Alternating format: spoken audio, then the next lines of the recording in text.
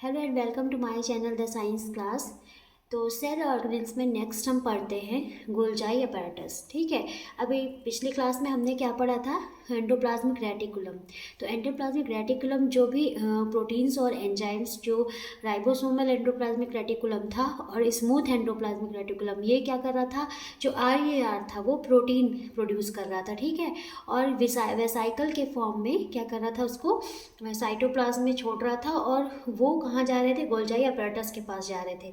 ऐसे ही smooth endoplasmic reticulum क्या था, लिपिड्स का और फैट्स का कर रहा था सिक्रेशन, और वो किसके पास जा रहे थे, वेसाइकल के फॉर्म में गोल्जाई अपैरेटस के पास।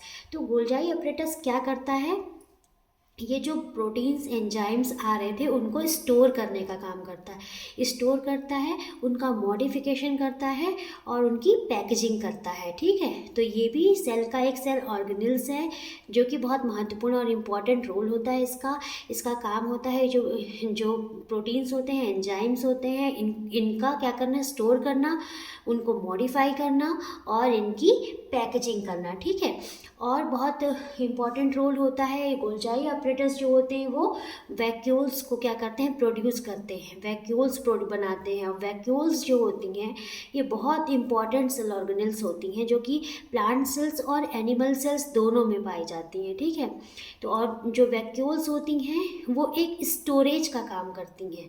जैसे किसी घर में एक स्टोर रूम होता है स्टोर करने के लिए, वैसे ही एनिमल सेल्स और प्लांट सेल्स में वैक्यूल्स पाए जाते हैं कि जैसे ज़्यादा पानी हो गया, मिनरल्स हो गए, एंजाइम्स हो गए, प्रोटीन को स्टोर कहाँ करें, तो वो स्टोर कहाँ किए जाते हैं, प्लांट वैक्यूल्स में स्टोर किए जाते हैं। ठीक है, ये प्लांट सेल्स में बहुत बड़ी होती हैं और एनिमल्स में छोटे छोटे होते हैं, बहुत छोटे छोटे ग्रेन्यूल्स पाए जाते हैं। ठीक है, तो वैक्यूल्स के बारे में अपन नेक्स्ट डिस्कशन करेंगे।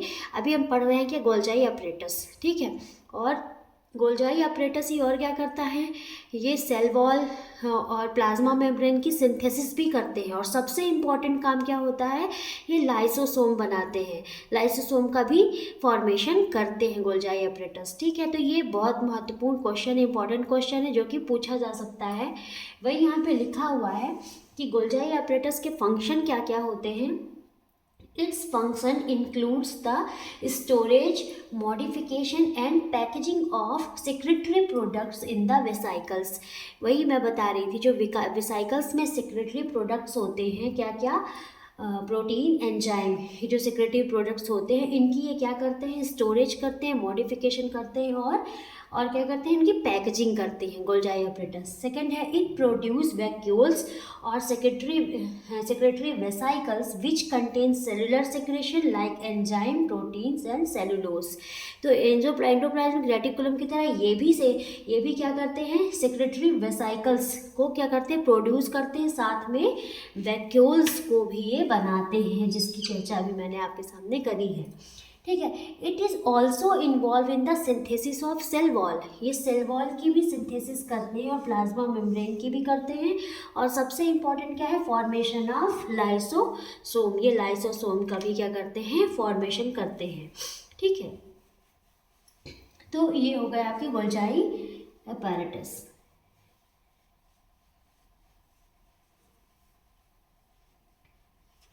नेक्स्ट पढ़ते हैं हम लाइसोसोम। लाइसोसोम का फॉर्मेशन कौन करता है, गोल्जाई अपैरेटस ही करता है। लाइसोसोम या तेल का कुआं भी जिसे कहते हैं, है ना। ये टिनी सैक लाइक स्ट्रक्चर होता है, इनका टिनी सैक लाइक ग्रेन्यूल्स के फॉर्म में पाए जाते हैं। सैक लाइक मतलब छोटी छोटी बोरी के फॉर्म में, छोटे छोटे सैक लाइक स्ट्रक्चर के फॉर्म में पाए जाते हैं, जिनमें digestive enzyme, hydrolytic digestive enzyme होता है। ठीक है, they are tiny sac like granules, मतलब छोटे छोटे बोरी के एक गट्ठर के रूप में पाए जाते हैं सेल्स में। और इनमें क्या पाया जाता है, लाइसोसोम में हाइड्रोलाइटिक डाइजेस्टिव एंजाइम पाया जाता है, हाइड्रोलाइटिक डाइजेस्टिव एंजाइम ये पाया जाता है। हाइड्रोलिटिक मतलब, हाइड्रो मतलब पानी, लिटिक मतलब क्या करना उसका, लाइसिस करना, ठीक है। पानी की हेल्प से किसी भी सेल का विघटन कर देना, उसको लाइसिस कर देना, ठीक। तो इनके अंदर क्या पाया जाता है, डाइजेस्टिव एंजाइम पाया जाता है, जिसके थ्रू ये क्या करते हैं, इंट्रासेलुलर डाइजेशन करते हैं। क्या करते हैं, इंट्रासेलुलर डाइजेशन, इंट्रासेलुलर डाइजेशन करते हैं। किसका इंट्रासेलुलर डाइजेशन करते हैं, जो सेल पुरानी हो चुकी होती हैं, जैसे माइटोकॉन्ड्रिया हो गई, गोल्जाई एपैरेटस, ये सेल काम करते करते पुरानी हो गई, तो सेल में पड़े पड़े ये क्या करेंगी, कुछ नहीं करेंगी, तो उनको हटाना ज़रूरी होता है। तो ये काम कौन करता है, लाइसोसोम करता है। उन सेल्स को क्या करता है, खा जाता है, मतलब उनको हटा देता है। दूसरा जो पुरानी होगी, दूसरा ऐसी सेल जो बैक्टीरिया से अफेक्टेड है ना, ऐसी सेल्स जो बैक्टीरिया से अफेक्टेड है। मान लीजिए कोई बैक्टीरिया यहाँ अटैक कर दिया है, ठीक है, और सेल में क्या होता है, फास्फोलिपिड बाई लेयर होती है सेल की, ठीक है। यहाँ पे ये प्रोटीन है, ठीक। तो अगर किसी बैक्टीरिया ने क्या किया, सेल में अटैक कर दिया है, तो वो सेल अब किसी काम की नहीं रह जाती, वो बस ऐसे ही पड़ी हुई है। तो इसमें जो लाइसोसोम पाया जाएगा वो क्या करेगा, इसमें जो लाइसोसोम पाया जाएगा वो क्या करेगा, ये प्लाज्मा मेम्ब्रेन को क्या करेगा, ब्रेक कर देगा, तोड़ देगा। जब ये तोड़ देगा तो पूरी तरह से बिखर जाएगी, और फिर ये इसका क्या कर लेता है, डाइजेशन कर लेता है। मीन्स हमारा जो ये डेड सेल्स जो होती हैं उनका भी ये क्या करता है, डाइजेशन करता है। ओल्ड सेल्स जो होती हैं उनका भी ये क्या करता है, डाइजेशन करता है। इनका फॉर्मेशन किसके थ्रू होता है, इनका फॉर्मेशन होता है गोल्जाई एपैरेटस के थ्रू होता है। ये सिंगल मेम्ब्रेन होती हैं, डबल मेम्ब्रेन नहीं होती। जो लाइसोसोम होते हैं वो सिंगल मेम्ब्रेन होते हैं, क्योंकि ये केवल एक एजेंट का काम करते हैं, है ना। लाइसोसोम सिंगल मेम्ब्रेन होता है, केवल एजेंट का काम करता है, जो कि डेड सेल्स या फिर बैक्टीरिया से अफेक्टेड सेल्स का क्या करते हैं, डाइजेशन करके क्लीन करते हैं, ठीक। यही इनके फंक्शन में भी आता है कि it helps in intercellular digestion because they contain powerful digestive enzymes capable of breaking down of all organic materials. They help in digesting foreign materials, older cells and worn out cell organelles. यही आपकी text book में इसके function लिखे हुए हैं, जो कि बहुत ईजी हैं, आप लोग उसको पढ़ सकते हैं। अब इसके बाद आता है वैक्यूल्स। वैक्यूल्स कौन प्रोड्यूस कर रहा है, गोल्जाई एपैरेटस ही प्रोड्यूस कर रहा है, ठीक है। तो बात करते हैं वैक्यूल्स की। क्या कर रहे थे, अभी हमने वैक्यूल्स के बारे में थोड़ी सी डिस्कशन किया है कि वैक्यूल्स होते क्या हैं। किसी भी सेल में, प्लांट सेल्स और एनिमल सेल्स में वैक्यूल्स पाए जाते हैं। वैक्यूल्स किसका काम करते हैं, स्टोरेज का काम करते हैं। मतलब सेल में जो भी चीज़ें होती हैं, सॉलिड लिक्विड फॉर्म में जो भी चीज़ें, जैसे ऑर्गेनिक मटेरियल्स हो गए, है ना, एंजाइम हो गया, वाटर हो गया, इन सारी चीज़ों को कौन स्टोर करता है, वैक्यूल स्टोर करती हैं। ये वैक्यूल साइट्स किसी भी सेल में साइटोप्लाज्म में पाए जाते हैं। प्लांट सेल में भी पाए जाते हैं और एनिमल सेल में भी ये पाए जाते हैं। लेकिन प्लांट सेल्स में जो होते हैं वो वैक्यूल जो होते हैं वो बहुत बड़े होते हैं। जैसे ये हो गई आपकी प्लांट सेल हो गई,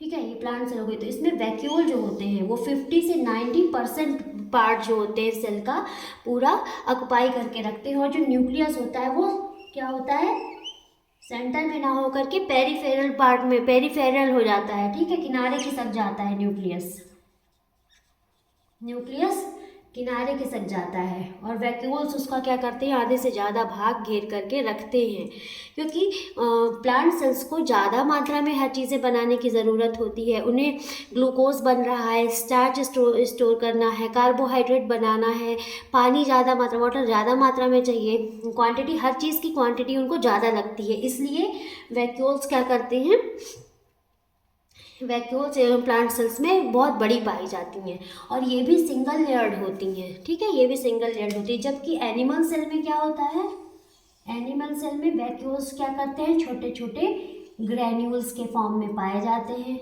छोटे छोटे ग्रैन्यूल्स के फॉर्म में पाए जाते हैं, और ये भी स्टोरेज का ही काम करते हैं। इनमें भी प्रोटीन, एंजाइम्स, ये सारी चीज़ें क्या होती हैं, स्टोर्ड रहती हैं। लेकिन इसमें न्यूक्लियस जो होता है वो सेंटर में ही पाया जाता है, पेरीफेरी नहीं पाया जाता। तो प्लांट सेल और एनिमल सेल में एक ये भी डिफरेंस है ना, एक ये भी डिफरेंस है।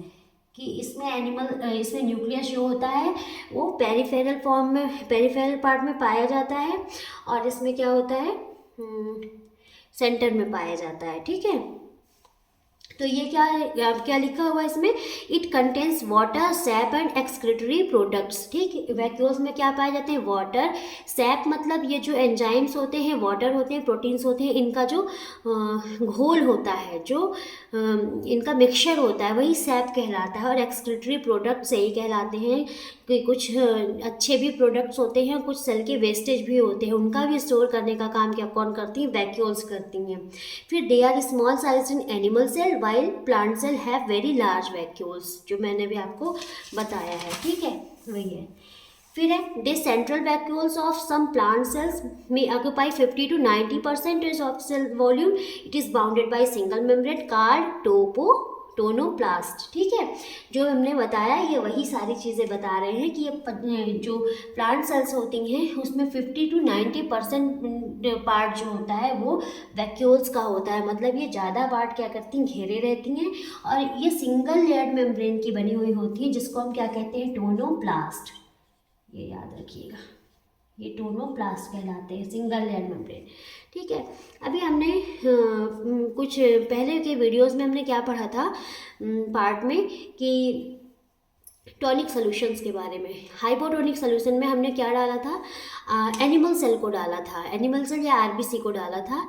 तो हाइपोटोनिक सॉल्यूशन में क्या हुआ था, जो सॉल्यूशन होता है वो सेल के अंदर जाता है, सेल के अंदर जाने के कारण जो सेल होती है वो फूल जाती है, फूल के वो ब्लास्ट होने वाली की कंडीशन में रहती है। तो क्या होता है कि ये जो वैक्यूल्स होते हैं ये बहुत बड़ी साइज़ में पाए जाते हैं। तो अगर इनको हाइपोटोनिक सॉल्यूशन में डाला जाता है ना, अगर इन्हें हाइपोटोनिक सॉल्यूशन में डाला जाएगा तो ये पानी को क्या करेंगे, बहुत सारे एब्जॉर्व कर लेंगे, तो ये ब्लास्ट होने की कंडीशन में आ जाएंगे। मतलब जो प्रेशर होगा वाटर का वो इनकी वॉल पे लगना शुरू हो जाएगा, ये इनकी वॉल पे लगना शुरू हो जाएगा, और ये क्या करेंगे, फूटने की कगार में आ जाएंगे। लेकिन चूँकि प्लांट सेल्स जो होती हैं उनमें बाहर क्या पाया जाता है, सेल वॉल पाया जाता है। ये क्या है, सेल वॉल। तो ये क्या करती हैं, ये अंदर की ओर प्रेशर लगाना शुरू कर देती हैं, जितना बाहर की ओर तो वो अंदर की ओर, जिससे ये जो वैक्यूल्स होती हैं वो क्या होती हैं, ब्लास्ट नहीं होती हैं। ठीक है, तो सेम सबसे पहले तो क्या हो जाएगा, सबसे पहले क्या होगा, अगर हम एक एग्जांपल ले लेते हैं हाइपोटोनिक सॉल्यूशन का।